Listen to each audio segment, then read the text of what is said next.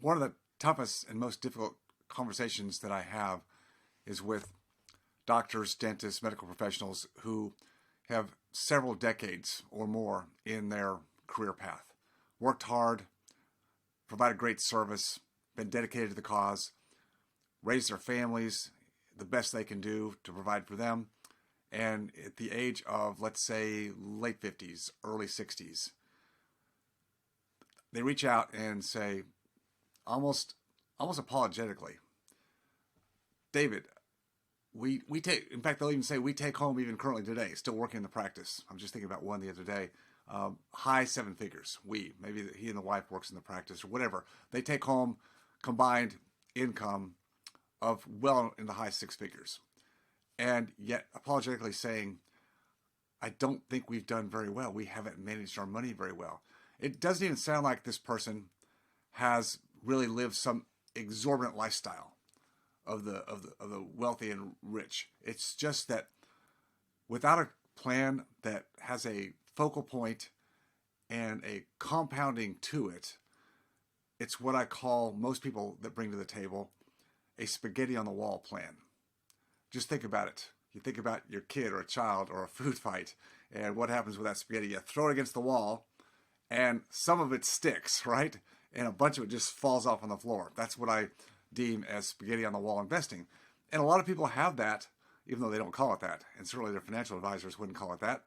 But many times people work with multiple financial advisors, people who give them financial advice, period, over the years, right? Why? Well, because we always want to find advice. We always want to find people who could help us do it better. The problem is there's always an incentive for anybody who sells products or services or sells their time. There's incentive for them to, quote, sell you or advise you on what they have in their toolkit. And that may or may not fit your model. And so people show up, after several decades of their life with a smattering or spaghetti on the wall of investments all over the place. And most of them don't even know what they were intended to do or what they are doing now. They just know that at late 50s or early 60s or approaching 70 years old, when they thought they were going to have, this great investment portfolio of accumulated assets, it's all over the place, and there's never any design toward what that capital, all those investments, are going to actually do.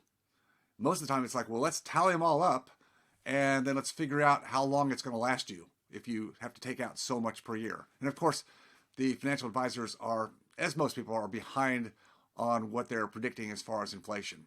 We thought inflation was going to be transitory, and so their models usually have a very low bar for inflation. They'll say, well, on the average, the last 40 years, inflation was, 1.75% per year. Okay, and that's what they're going to use. So even though we have higher inflation today, it's going to go back down.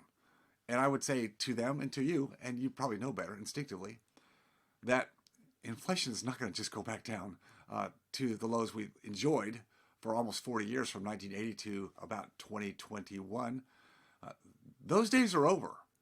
And we have to now deal not only with volatility in the marketplace in terms of how we do navigate our investment capital, but we also have to deal with the fact that the cost of living is going to continue to expand. It has to. There's no way this government can deal with the massive debt and deficit spending we take on without monetizing the debt, which is another word for inflation. So you're getting toward the end of your spectrum of active income, and you look at the smattering of spaghetti on the wall investments with your financial advisor, or maybe you're doing it by yourself and just realizing, dang, I don't know what I got here, but I don't think it's enough. That's the quandary that most hardworking people who did nothing really wrong just never had a good plan, never had a viable plan that they could focus on and have measurable milestones along the way to see, how am I doing at age 35? How am I doing at age 40? Am I accumulating assets that actually produce predictable, sustainable income so I can see what that looks like? And if you have that kind of a target, then as you go along in your career path, and I'm speaking now to younger people, that's the way to build wealth. Now, you can play on the periphery, moonshots in crypto and tech stocks and whatever you want to do there, fine. But your core, your base investment has got to be built on a plan that can carry you through the volatility, the ups and downs of the marketplace. Unfortunately, the vast majority of financial advisors, as much as they do their best, they have not been through a full cycle. Many of them just came out and doing their work today after the great financial crisis. Many of them have not been around, certainly going back to 1980 or the 70s when we had stagflation and interest rates that spiked because of the high inflation. They don't have a clue. And so they think in terms of just short blocks of time, and that's how they're advising you. Again, with no malintent. It's just that's all they know. If you're going to take your course in your freedom to the rest of your life and particularly pass on not just wealth to your kids or grandkids, but pass on the constructs of how they are going to navigate the future, you've got to be looking at things differently.